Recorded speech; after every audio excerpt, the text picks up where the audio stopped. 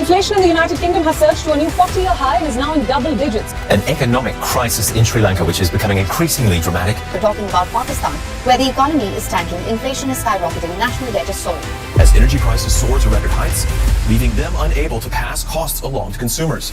पूरी दुनिया की 1/3 कंट्रीज रिसेशन में जा रही है। अगर हम एशिया की बात करें तो श्रीलंका, पाकिस्तान, बांग्लादेश। मिडिल ईस्ट की बात करें तो टर्की, लेबनान, इजिप्ट है। यूरोप की बात करें तो यूके, जर्मनी और बाकी कई सारी कंट्रीज हैं। अमेरिका की बात करें तो अर्जेंटीना है। लेकिन ऐसा क्या हुआ है कि ये सारी कंट्रीज इकोनॉमिक क्राइसिस की तरफ दौड़ रही है। शॉकिंगली ये है कि इनके पीछे एक कॉमन रीज़न है, जिसके बारे में इस वीडियो में हम डिटेल में बात करने वाले हैं।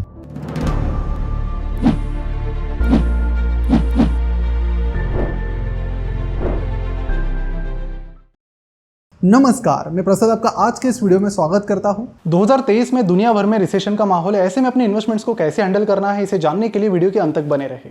तो शुरुआत करते हैं जिम्बाब्वे से। अगर आप जिम्बाब्वे को समझ गए तो सारी कंट्री की इकोनॉमिक क्राइसिस की प्रॉब्लम आपको आसानी से समझ में आएगी।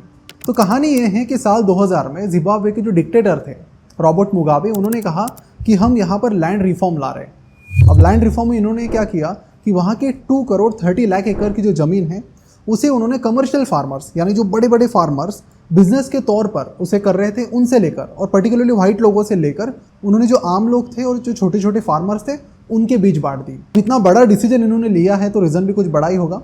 तो आपको बता दूं कि इसके पीछे भी अंग्रेज़ी थे। 1980 में जिम्बाब्वे अंग्रेज़ों के कॉलोनी हुआ करते थे। तो अंग्रेज़ों ने क्या किया कि वहाँ की जो भी ज़मीनें हैं वो गोरे लोगों को देना शुरू कर दिया। इनफैक्ट वहाँ के जो ब्लैक लोग थे उनको ज़मीन खरीदने के लिए भी अलाउ नहीं किया गया। तो ऐसे में हुआ ये कि वहाँ के 50% से ज़्यादा जो एग्रीकल्चरल लैंड थी वो सिर्फ 4.5% गोरों के पास चली गई, और बाकी जो 95-96% जो ब्लैक लोग वहाँ के हैं उनके पास कुछ ज़्यादा ज़मीन ही नहीं बची। और उसके बाद जैसे जैसे गोरे लोगों की संख्या वहाँ पर बढ़ने लगी, वैसे वैसे ब्लैक लोगों की जो खेती थी वो धीरे धीरे कम होने लगी। अब रॉबर्ट मुगाबे को लगा कि यार ये तो बहुत गलत हो रहा है, ये तो मुझे तुरंत चेंज करना चाहिए। इसलिए उन्होंने ये लैंड रिफॉर्म लाया, लेकिन इसके जो इकोनॉमिक इम्पैक्ट है, उसके जो परिणाम है, उसके बारे में उन्होंने सोचा नहीं। अब जैसे ये लैंड कमर्शियल फार्मर से आम लोगों के बीच चली गई, वैसे ही प्रॉब्लम होना शुरू हो गई। पहली चीज़ तो ये हुई कि जिन कमर्शियल फार्मर से ये ज़मीन जब्त हुई वो तो जिम्बाब्वे छोड़कर चले गए, कुछ घाना गए, कुछ नाइजीरिया चले गए, और अपना जो खेती का नॉलेज था वो भी साथ लेकर चले गए। वहीं ये जो बचे हुए लोग थे जिनके पास अभी बहुत सारी खेती आ गई थी, अब इनको ये नहीं पता था कि खेती करनी कैसे। इनके पास वो नॉलेज भी नहीं था कि कम से कम जगह पर ज़्यादा से ज़्यादा प्रोडक्शन हम कैसे ला सकते हैं। अब इसकी वजह से हुआ ये कि अगले 10 सालों में यहाँ का जो एग्रीकल्चरल प्रोडक्शन है वो 60% से डाउन चला गया। अगर हम नॉर्मली सुनते हैं तो हमें भी यही लगा होगा कि ज़्यादा से ज़्यादा इससे फार्मर्स को नुकसान होगा, लेकिन बात ये नहीं। अब जो एग्रीकल्चरल कंपनीज थी उनके पास भी कुछ खास आ नहीं रहा था, वो भी कुछ खास एक्सपोर्ट नहीं कर पा रहे थे, इसलिए 700 कंपनीज वो बन पड़ गई। फूड प्रोडक्शन कंपनी के पास कुछ फूड नहीं था, और एक समय जिम्बाब्वे को अफ्रीका का ब्रेड बास्केट कहा जाता था। लेकिन अब उनके पास एक्सपोर्ट करने के लिए कुछ था ही नहीं। अब एक्सपोर्ट करने के लिए कुछ है नहीं तो बाहर की करेंसी कैसे आएगी? तो करेंसी डिफिसिट होने लगी यहाँ पर पहली चीज़। अब धीरे धीरे ये जो चीज़ें हैं ये बाकी जगह पर फैलने लगी। अब ये जो लोग थे जिन्हें खेती करनी आती नहीं थी, इन्होंने खेती करने के लिए बड़े बड़े लोन्स ले लिए बैंक से। अब बैंक तो सालों से फार्मर्स को लोन दे रही थी, लेकिन उन्हें नहीं पता था कि ये प्रॉब्लम ऐसी हो जाएगी। अब खेती कर ही नहीं पाए तो फिर पैसा भी नहीं आएगा, पैसा ही नहीं आएगा तो बैंक को पैसा कैसे देंगे? तो सारे जो लोन्स है वो डिफ़ॉल्ट होने लगे और कई सारी बैंक्स कोलैप्स होने लगी। बाद में धीरे धीरे जो डोमिनो इफेक्ट है ये बाकी सेक्टर्स में भी फैलने लगा और जिम्बाब्वे की जो इकोनॉमी है वो घुटनों पर आ गई। अब इस रिफॉर्म से पहले जिम्बाब्वे की इकोनॉमी अच्छी खासी बढ़ रही थी। उनकी जो फॉरेन डायरेक्ट इन्वेस्टमेंट थी वो 1998 में $444 मिलियन थी, और साल 2003 तक ये कितनी हुई होगी? $3.8 मिलियन, यानी 99% का फॉल। अब जैसे कि हमने देखा कि 2023 में 1/3 कंट्रीज फाइनेंशियल क्राइसिस फेस कर रही है, तो ऐसे में आपका इन्वेस्टमेंट पोर्टफोलियो कैसा होना चाहिए? खासकर आप लॉन्ग टर्म रिटर्न्स के साथ शॉर्ट टर्म मार्केट डेविएशंस में भी अल्फा बनाना चाहते हो तो ऐसे में एलिवर फैक्टर्स, जो कि एलिवर इन्वेस्टिंग ऐप की एक नई ऑफरिंग है, एक अच्छा ऑप्शन है। मेनली बिकॉज इसके कुछ बहुत यूनिक यूएसपीज हैं compare to other investment products. ये 10 इक्विटी स्ट्रेटेजीज है जो 100% रूल बेस्ड है, मतलब जीरो ह्यूमन बायस और मार्केट डायनामिक्स को हैंडल करने का एक बेटर सोल्यूशन। क्योंकि ये 100% रूल बेस्ड है, इसे 100% बैक टेस्ट किया गया है अंडर डिफरेंट मार्केट कंडीशंस, और रिजल्ट यह है कि पिछले 10 सालों में जब ओवरऑल मार्केट और म्यूचुअल फंड यूनिवर्स का CAGR 10 to 15% का था, तब एलिवर फैक्टर्स का CAGR बिटवीन 17 to 30% का रहा है। सो मार्केट जिस डायरेक्शन में भी मूव करे, एलिवर फैक्टर्स आपको एक अच्छा डाइवर्सिफाइड पोर्टफोलियो बनाकर दे सकता है टू क्रिएट अल्फा। तो डिस्क्रिप्शन और कमेंट में दी गई लिंक पर क्लिक करके एलिवर फैक्टर्स को जरूर चेकआउट करें। बात सिर्फ यहाँ तक नहीं रुकी, जिम्बाब्वे गवर्नमेंट के लिए भी प्रॉब्लम खड़ी होने लगी। प्रोडक्शन कम होने लगा, जीडीपी कम होने लगी, टैक्स कलेक्शन भी कम होने लगा। और ऑलरेडी इन्होंने बहुत सारा पैसा उधार लिया था। अब गवर्नमेंट को जब ये पैसा वापस देने की बारी आई तो गवर्नमेंट के पास तो पैसा ही नहीं है, तो फिर पैसा आएगा कहाँ से? तभी जिम्बाब्वे गवर्नमेंट के कुछ मिनिस्टर्स ने अपना दिमाग लगाया। उन्होंने सोचा कि हम एक चीज़ तो ज़रूर कर सकते हैं, और वो है पैसों की छपाई।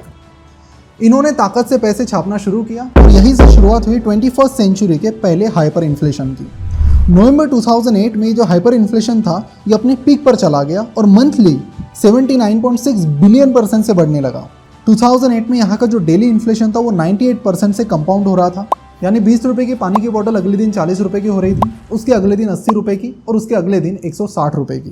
तभी फिर जिम्बाब्वे गवर्नमेंट का फिर से एक बार दिमाग चल गया और इन्होंने कहा कि अब हम हमारी जो करेंसी है उसको छोड़ देते हैं, क्योंकि उसकी वैल्यू बहुत गिर चुकी है, कोई इसे वैल्यू नहीं कर रहा है, कचरे की तरह यूज़ कर रहा है। तो इसीलिए उन्होंने US डॉलर और यूरो को अपनी ऑफिशियल करेंसी बना दी।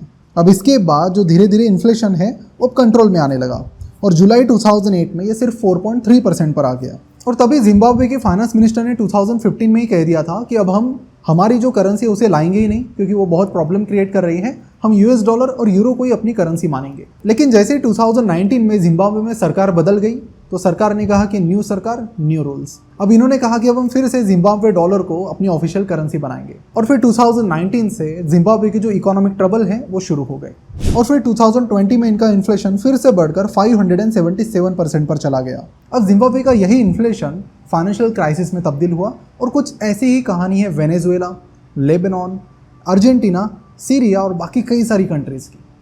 अब इन सब में एक चीज़ कॉमन है और वो ये है कि इन सारी कंट्रीज़ की ना एक इनहेरेंट वीकनेस थी। जैसे कि जिम्बाब्वे की जो वीकनेस थी वो लैंड रिफॉर्म था, ऐसे इनकी कई सारी वीकनेसेस थी और अपने इस वीकनेसेस को शॉर्ट टर्म के लिए कवर करने के लिए इन्होंने बहुत बड़ी मात्रा में अपनी करेंसी की प्रिंटिंग की। और फिर इसी मनी प्रिंटिंग की वजह से पहले तो इन्फ्लेशन आया और धीरे धीरे जो इन्फ्लेशन है ये फाइनेंशियल क्राइसिस में तब्दील हुआ। इसके बाद अगर हम लेबनान के फाइनेंशियल क्राइसिस की बात करें तो वो कहानी बड़ी इंटरेस्टिंग है। लेबनान को एक समय मिडिल ईस्ट का स्विट्जरलैंड कहा जाने लगा। फिर हुआ ये कि इनके सिविल वॉर खत्म होने के बाद इन्होंने सोचा कि हम अपनी इकोनॉमी को फिर से डेवलप करते हैं और इसे बहुत बड़ी टूरिस्ट प्लेस बनाते हैं, जिसके लिए उन्होंने स्काई स्क्रैपर्स बनाए, अलग अलग डेवलपमेंट्स की।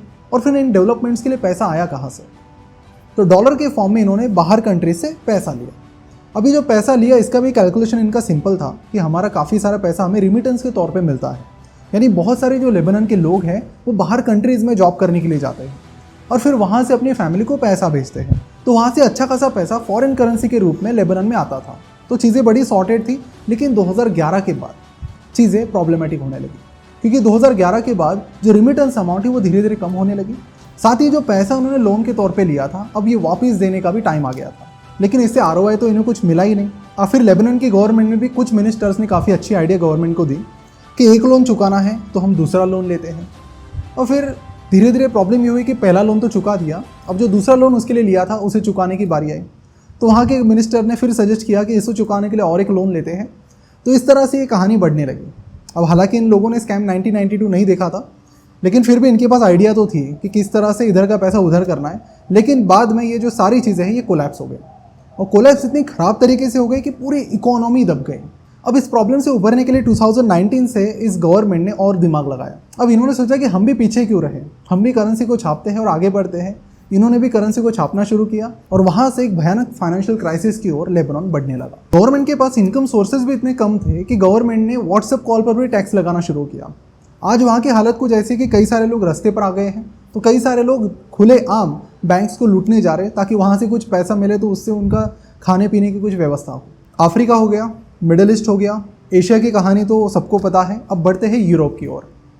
यूरोप में ऐसे भी कुछ कंट्रीज है जो GDP के मामले में इंडिया से आगे हैं, लेकिन फिलहाल फाइनेंशियल क्राइसिस में फंसी है और उसमें से एक है जर्मनी। जर्मनी की बात करें तो जर्मनी अच्छा खासा पैसा ऑटोमोबाइल, इंजीनियरिंग गुड्स, मशीनरीज को एक्सपोर्ट करके कमा लेती है। इनकी इकोनॉमी भी काफ़ी स्टेबल रही है, लेकिन 2022 में यहाँ पर चीज़ें बदल गई। अगर आप इनके पिछले 5 सालों के इन्फ्लेशन के फिगर्स देखते हैं तो वो हार्डली 0.5%, 1% इस तरह के रहे हैं, लेकिन अब इनका इन्फ्लेशन अचानक से पिछले साल 700 to 800% से बढ़ गया। लेकिन ये अचानक कैसे हुआ? तो इसके पीछे का रीज़न है रशिया यूक्रेन का वॉर। दरअसल बात यह है कि जर्मनी का जितना भी गैस इंपोर्ट है उसमें से 55% रशिया से आता था, लेकिन रशिया यूक्रेन वॉर शुरू होने के बाद उन्होंने ये जो फ्लो है उसे 26% पर लाया अब जैसे जैसे रशिया ने गैस का एक्सपोर्ट यहाँ पर कम किया, वैसे वैसे गैस की प्राइसेस बहुत बढ़ने लगी। आपको बता दूं कि जुलाई 2021 में होलसेल गैस प्राइसेस जो थी वो 37 यूरो पर मेगावाट आवर थी, जो कि जुलाई 2022 आते आते 204 यूरो पर मेगावाट आवर पर चली गई। हालांकि अभी रिसेंटली गैस प्राइसेस थोड़ी कम हो गई है, लेकिन अभी भी वो पहले की प्राइसेस के कंपैरेटिवली 4 गुना ज़्यादा है। जैसे जैसे एनर्जी प्राइसेस बढ़ने लगी, वैसे वैसे जर्मन लोगों की ज़्यादातर सैलरी अब यहीं पर जाने लगी, इसलिए पैसा ज़्यादा बचता भी नहीं था और इसीलिए वो बाकी कहीं पर पैसा खर्च ही नहीं कर पाए और जो बाकी इंडस्ट्रीज़ है वो तेज़ी से गिरने लगी और फिर यहीं से जर्मन इकोनॉमी इम्पैक्ट होने लगी और यहाँ पर प्रॉब्लम शुरू हो गई। और अगर आप जर्मनी को समझ लिया तो आप समझ लीजिए कि आधा यूरोप लगभग यही प्रॉब्लम फेस कर रहा है और इसी वजह से वो फाइनेंशियल क्राइसिस में भी चला गया है। यहीं पर हम इंडिया की बात करें, जो कि फिलहाल ब्राइट स्पॉट है और काफ़ी तेज़ी से बढ़ रहा है और इन्फ्लेशन भी कंट्रोल में है, तो उसके पीछे क्या रीज़न हो सकते हैं? एक तो ये कि इंडिया में ज़्यादा पैसे प्रिंट नहीं हुए, दूसरी चीज़ हमारे रशिया के साथ रिलेशन काफ़ी अच्छे हैं और हम नेटो मेंबर नहीं हैं, तो बाकी कुछ प्रॉब्लम्स भी हमारे साथ नहीं हुई और इसी वजह से जो एनर्जी प्राइसेस है वो हमेशा से इंडिया में कंट्रोल में रहे। तो ओवरऑल तो हम ये कह सकते हैं कि फाइनेंशियल चीज़ों को भी हमने बहुत अच्छे से सॉर्टेड किया, साथ ही हमारी जो जियोपॉलिटिकल कनेक्शंस है और जिस हिसाब से हमने जियोपॉलिटिक्स को हैंडल किया है उसे भी यहाँ पर क्रेडिट ज़रूर देना चाहिए। और कंक्लूजन में हम ये कह सकते हैं कि कोविड और रशिया यूक्रेन वॉर इन सभी कंट्रीज़ के फॉल के लिए जिम्मेदार नहीं है, इनके अपने अपने जो प्रॉब्लम्स है वो जिम्मेदार हैं। बस फ़र्क ये था कि जब इकोनॉमी अच्छी चल रही थी तब लोन ले लेकर इन्होंने अपने प्रॉब्लम्स छुपाए, लेकिन जब अब पूरी दुनिया ट्रबल में है तो ऐसे में इनको लोन्स लेना मुश्किल में जा रहा है और इसीलिए इनके जो प्रॉब्लम्स हैं वो अब दुनिया के सामने आ गए हैं। तो 3 क्लियर कट लेसन्स यहाँ पर है। एक तो आपको बहुत ज़्यादा लोन लेना नहीं है, दूसरी चीज़ बहुत ज़्यादा पैसे छापने नहीं हैं और तीसरी चीज़ आपको अपने जियोपॉलिटिक्स को बहुत सही तरीके से हैंडल और मैनेज करना है।